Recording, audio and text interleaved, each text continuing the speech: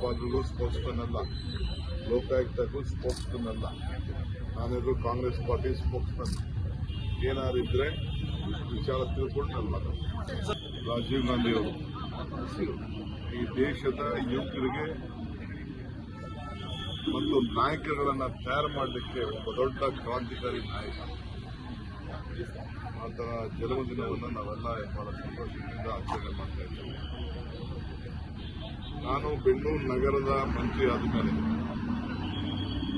ನನ್ನ ಡಿಕ್ಷನರಿ ಬ್ಯಾಂಕ್ನಲ್ಲಿ ಮೊದಲನೆಯ ಸಹಿ ಇದ್ದಿದ್ದು ಈ ಪುತ್ಥಳಿಯನ್ನು ಹೊಸದಾಗಿ ಮಾಡುವಂಥದ್ದು.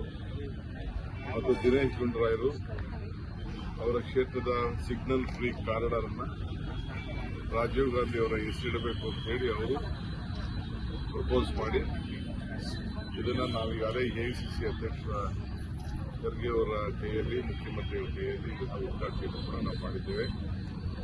ಪ್ರತಿ ವರ್ಷ ಬೆಂಗಳೂರು ನಗರ ಕಾರ್ಪೊರೇಷನ್ ಈ ಕಾರ್ಯಕ್ರಮವನ್ನು ನಡೆಸುವಂಥ ಒಂದು ಆದೇಶವನ್ನು ನಾನು ಮಾಡ್ತಾ ಇದ್ದೀನಿ. ಸೊ ನಾವೆಲ್ಲ ಬಂದು ಬಹಳ ಸಂತೋಷದಿಂದ ಈ ಪುತ್ಥಳಿದು ಬಹಳ ಮೊದಲಿಂದಲೂ ಇತ್ತು. ಆದರೆ ಇದು ಸ್ವಲ್ಪ ಹೊಸದಾಗಿ ಮಾಡಿದ್ದೇವೆ.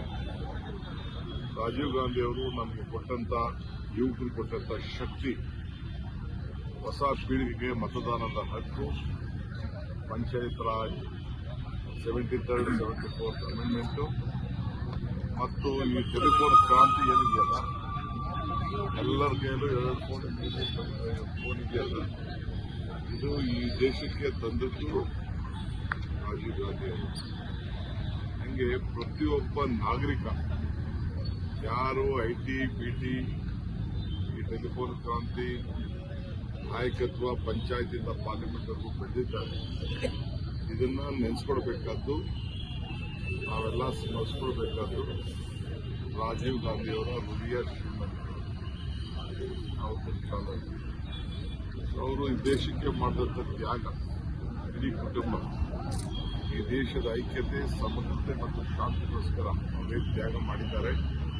ಅದನ್ನೆಲ್ಲ ಕೂಡ ನಾವು ಸ್ಮರಿಸಿಕೊಂಡು ಅವರು ಏನು ನಮ್ಗೆ ಮಾರ್ಗದರ್ಶನ ಕೊಟ್ಟಿದ್ದಾರೆ ಅದರಲ್ಲಿ ನಾವೆಲ್ಲ ಹೆಜ್ಜೆ ಹಾಕ್ತೀವಿ. ಕುಮಾರಸ್ವಾಮಿ ವಿರುದ್ಧ ಮತ್ತೊಮ್ಮೆ ದೋಷಾರೋಪ ಪಟ್ಟಿ ಸಲ್ಲಿಸಲು ಎಸ್ಐಟಿ ನಿನ್ನೆಯಷ್ಟೇ ರಾಜ್ಯಪಾಲರಿಗೆ ಮತ್ತೊಂದು ಮನವಿ ಪತ್ರವನ್ನು ಸಲ್ಲಿಕೆ ಮಾಡಿದೆ. ಸಿದ್ದರಾಮಯ್ಯ ಅವರ ವಿಚಾರವಾಗಿ ರಿಯಾಕ್ಟ್ ಮಾಡ್ತಾರೆ. ನನಗೆ ಗೊತ್ತಿಲ್ಲಮ್ಮ.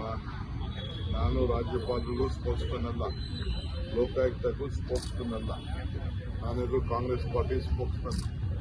ಏನಾದ್ರು ಇದ್ರೆ ವಿಚಾರ ತಿಳ್ಕೊಂಡು ನಾನು ಮಾತಾಡ್ತೀನಿ.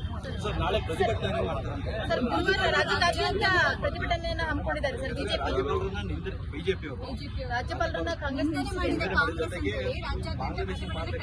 ಅವ್ರನ್ನ ದುರುಪಯೋಗ ಮಾಡ್ಕೊಳ್ತಾ ಇದಾರಲ್ಲ, ಸಂವಿಧಾನ ದುರುಪಯೋಗ ಮಾಡ್ಕೊಳ್ತಾ ಇದ್ದಾರೆ, ಪ್ರಜಾಪ್ರಭುತ್ವಕ್ಕೆ ಮಾರ್ಗ ತರ್ತಾ ಇದ್ದಾರೆ. ಅದಕ್ಕೆ ಅವರು ಪೂರಕವಾಗಿ ಈಗ ಅವರೇ ಅವರ ಪಕ್ಷದ ಏಜೆಂಟ್ ಆಗಿ ಪರಿವರ್ತನೆ ಮಾಡ್ಕೊಳ್ತಾ ಇದ್ದಾರೆ ಅನ್ನೋದಕ್ಕೆ ಇವರ ಸಾಕ್ಷಿ. ಸರ್, ಮಂಗಳೂರಲ್ಲಿ 3 ಜನ ಕಾರ್ಯಕರ್ತರನ್ನ, ಕಾಂಗ್ರೆಸ್ ಕಾರ್ಯಕರ್ತರನ್ನ ಅರೆಸ್ಟ್ ಮಾಡಿದ್ದಾರೆ.